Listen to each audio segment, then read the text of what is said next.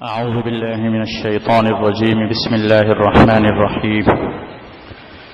فبما نقضهم ميثاقهم وكفرهم بآيات الله وقتلهم الأنبياء بغير حق وقولهم قلوبنا غلف بل طبع الله عليها بكفرهم فلا يؤمنون إلا قليلا.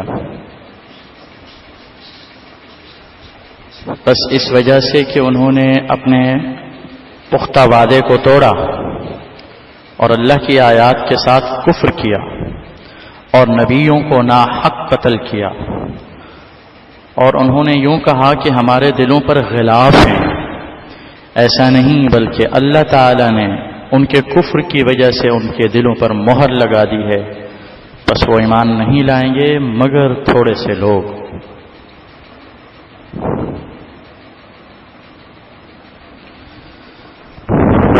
یہودیوں نے اللہ تعالیٰ کے ساتھ کیے ہوئے وعدے کو توڑا. وعدہ کیا تھا؟ اللہ پر ایمان لانے کا، اللہ کی فرما برداری کرنے کا، اللہ کے احکام پر عمل کرنے کا، دین پر عمل کرنے کا، انبیاء کی اطاعت اور فرما برداری کرنے کا وعدہ. انہوں نے اس وعدے کو توڑا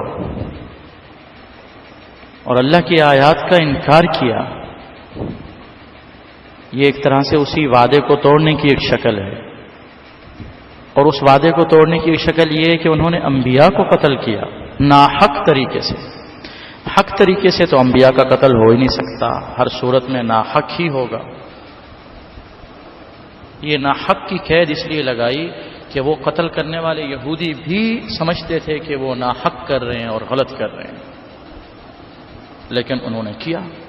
ایک ایک دن میں سینکڑوں انبیاء کو قتل کرتے رہے.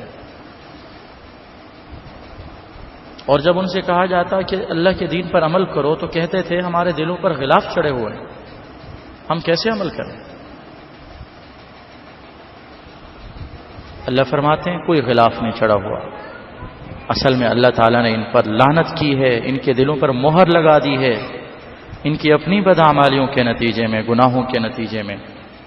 اب یہ ایمان نہیں لائیں گے سوائے تھوڑے سے لوگوں کے. چند ہی لوگ ایسے ہوں گے جو ایمان لائیں گے، مگر نہ کوئی ایمان نہیں لائے گا.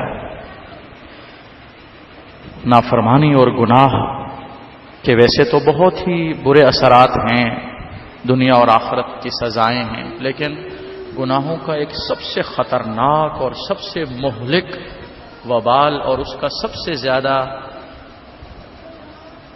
عجیب و غریب قسم کا اثر یہ ہے کہ آدمی سے ہدایت چھین لی جاتی ہے،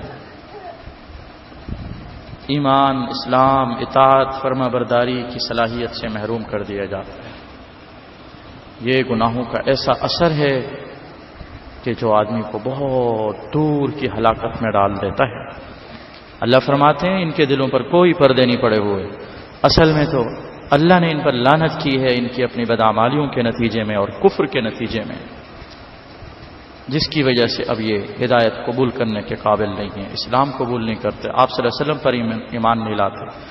ہاں چند لوگ ایسے ہیں جو یہ ایمان لاتے ہیں، وگرنہ اکثر و بیشتر یہ ایمان لانے والے نہیں ہیں، کیونکہ ان کی بدعمالیوں کے نتیجے میں ان کو اللہ تعالیٰ کی طرف سے یہ سزا ملی ہے کہ ہدایت کی صلاحیت چھین لی گئی ہے، حق بات کو قبول کرنے کی استعداد ان کی ختم کر دی گئی ہے، سلب کر لی گئی ہے وہ صلاحیت. ہدایت قبول کرنے کے اب یہ قابل نہیں رہے.